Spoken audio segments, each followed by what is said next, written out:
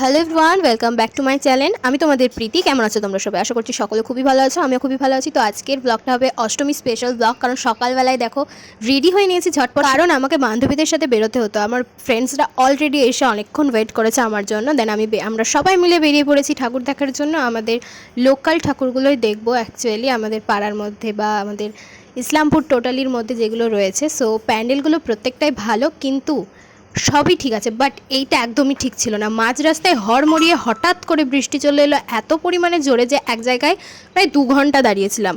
ওখানেই আমাদের পুরো টাইমটা লস চলে গেছে। এখানে আমরা গল্প ঠাট্টা মজা করছিলাম, প্রায় আমি প্লাস ভিজেই গেছিলাম অর্ধেক রাস্তাতে। দিন আমাদের প্রচুর প্ল্যান ছিল ঘোরার, বাট একটা প্ল্যানও সাকসেসফুল হয়নি। দেন আমরা সবাই বাড়ি চলে আসি, কোনো প্যান্ডেলই আর দেখা হয় না। দেন বিরিয়ানি কিনে নিয়ে এসে বিরিয়ানি খেয়ে কাটার পরে আমরা চলে আসি খাওয়া দাওয়া করে। বাড়ি আসার পথে আমাদের পাড়ার রাস্তাটা দেখতে বেশ ভালোই লাগলো, বেশ লাইটিংটা সবে জ্বালিয়েছে, মানে সবে সন্ধে সন্ধে হচ্ছিল।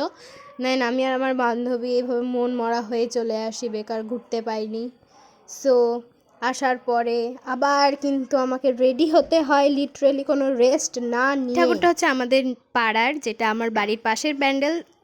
দারুণ হয়েছিল ঠাকুরটা। এবার আমাদের নীল ঢাকের দেন আমি ঝটপট রেডি হইনি, আবার রেডি হয়ে আবার বেরিয়ে পড়ি বহরমপুরের দিকেই, বিকজ বহরমপুর অনেক বড় জায়গা। সো একদিনে ঠাকুর দেখে আমাদের পুরো প্যান্ডেল কমপ্লিট আমরা করতে পারিনি, সেজন্য আমরা 3 থেকে 4 দিনই গেছিলাম বহরমপুর, আর খুব জমিয়ে মজা করেছে। আর প্যান্ডেল পুজো মণ্ডপে ঝামেলা হবে না এটা কি কোনো হতে পারে? এখানে এত পরিমাণে ঝামেলা লেগে গেছিলো, এত লোকের ভিড়, কোন দিক দিয়ে যে যাবো প্যান্ডেলের ভেতরে আমি বুঝতে পারছি না। আর এত বড় লাইন পড়েছিল সেদিনকে, লিটারালি আমাদেরকে লাইনে দাঁড়িয়ে থেকে 1 ঘন্টা ওয়েট করার পর এই প্যান্ডেলটা দেখার সুযোগ হয়েছে। প্যান্ডেলে গেলাম, আবার নেক্সট প্যান্ডেলে গিয়েও এত বড় লাইনে দাঁড়াতে হয়, মানে ভাবতে পারছো লাইন দিতে দিতে আজকে ঠাকুর দেখতে দেখতে দিনটা শেষ হয়ে যাবে। প্যান্ডেলে ঢোকার সাথে সাথে কিন্তু আমাদেরকে একটা তিলক পরিয়ে দেয়, কারণ এখানকার থিমটা হয়েছিল কৃষ্ণ আর জগন্নাথ দেবের। প্যান্ডেলের বাইরে ছিল বড় বড় রথ দুটো, যেরকম থাকে রথযাত্রার সময় সেরকম থিমটা জাস্ট রেখেছিল। এটা পুরীর মন্দির করেছিল সামথিং। যেহেতু আজকে অষ্টমী সেজন্য কিন্তু বাইরে বেশি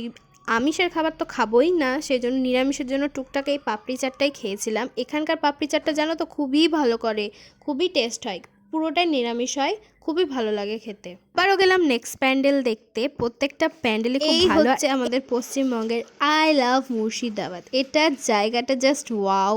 এর আসলে এদিকে একবার দাঁড়াই আমি, এই জায়গাটায় খুবই ভালো লাগে দেখতে। কিছুক্ষণ দাঁড়ানোর পর আমরা গেলাম আর একটা প্যান্ডেলে দেখতে। সেই প্যান্ডেলটার থিমটা ছিল অ আ ক খ, যেটা বাচ্চাদের হয়, সেই রকম থিমটা ছিল, বেশ ভালোই লাগলো। ওদেরকে যেহেতু বললামই আমরা অষ্টমীর দিন কিছু খাই না বাইরে। সেই দিন পড়ে গেছিলো নবমী, মানে 12টার পর আমরা এই হোটেলটায় দাঁড়িয়েছিলাম কিছু খাওয়া দাওয়া করার জন্য।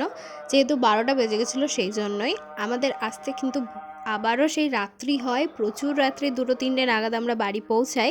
দেন এই হোটেলটায় কিছু টুকটাক খাওয়া দাওয়া করে আমরা আবারও বেরিয়ে পড়ি বাড়ির উদ্দেশ্যে। আজকের ব্লগটা কিন্তু এইটুকুই ছিল, আশা করছি তোমাদের খুব ভালো লাগবে। তো বাই, দেখা হচ্ছে নেক্সট কোনো ভিডিওতে। আর এই ভিডিওটা একটু লং হয়ে গেছে, সো তোমরা কিছু মনে করো না, একটু ম্যানেজ করে নিও। So by.